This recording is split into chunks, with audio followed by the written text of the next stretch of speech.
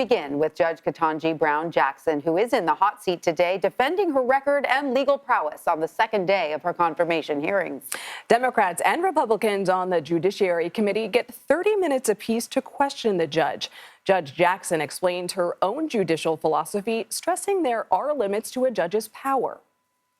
I am acutely aware that as a judge in our system, I have limited power, and I am trying in every case to stay in my lane.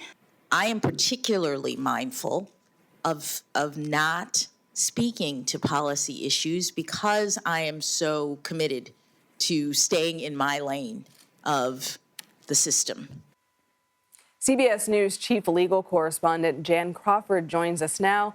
Jan, thanks for joining us on such a busy day. What are your observations about Judge Jackson's testimony so far, and how is she handling questions from Republicans?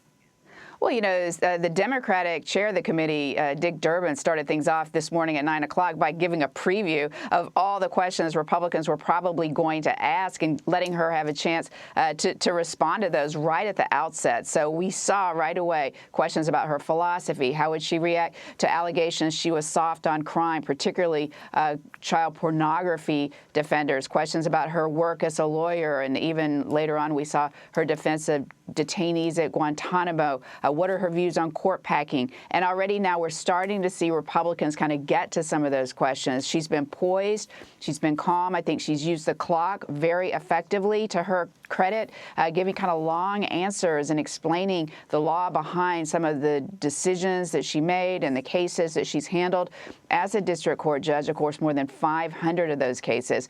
The questions from the Republicans are starting to get more and more testy as they go on. And so we saw some pretty sharp exchanges with Republican Senator Lindsey Graham, who pressed her on her work defending Guantanamo Bay detainees, and, of course, airing his grievances about how Democrats have treated Republican nominees and focusing on their religion and their faith and those sorts of things, really airing a lot of those grievances again today, which we saw him do yesterday as well.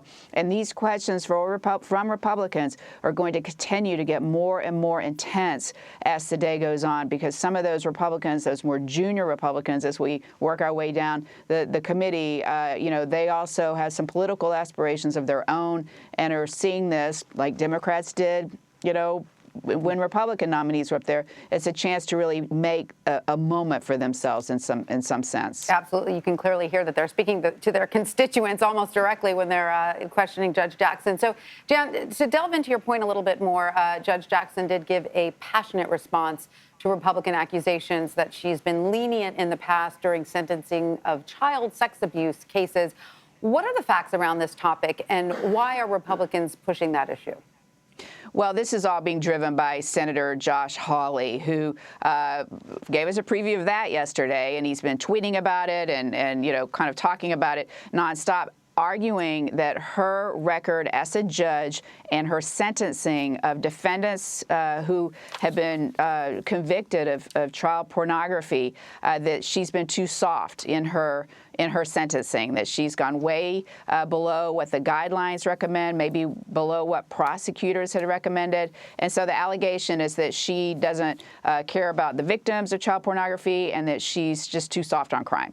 But that is a really hard row for him to hoe, because the facts just don't bear it out. Yes, she has gone lower in some cases, but so have other judges across the spectrum. And that's because everyone agrees that follows these sentencing issues, those guidelines are broken, and Congress has not given the Sentencing Commission the tools to fix them.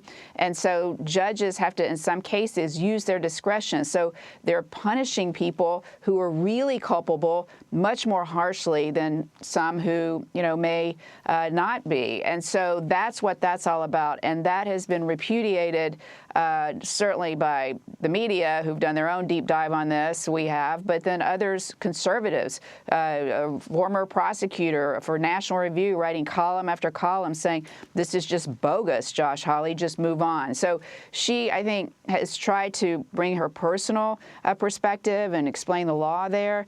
But you're going to hear all about that from Josh Hawley when it's his turn to question. I think she's so far has been, pretty firm on it, and she has people in her corner and people who actually oppose her nomination on other grounds saying this is really not the issue to be focusing on. All right, Jan Crawford, thank you so much for bringing us the nuances and the details of Judge Jackson's hearing.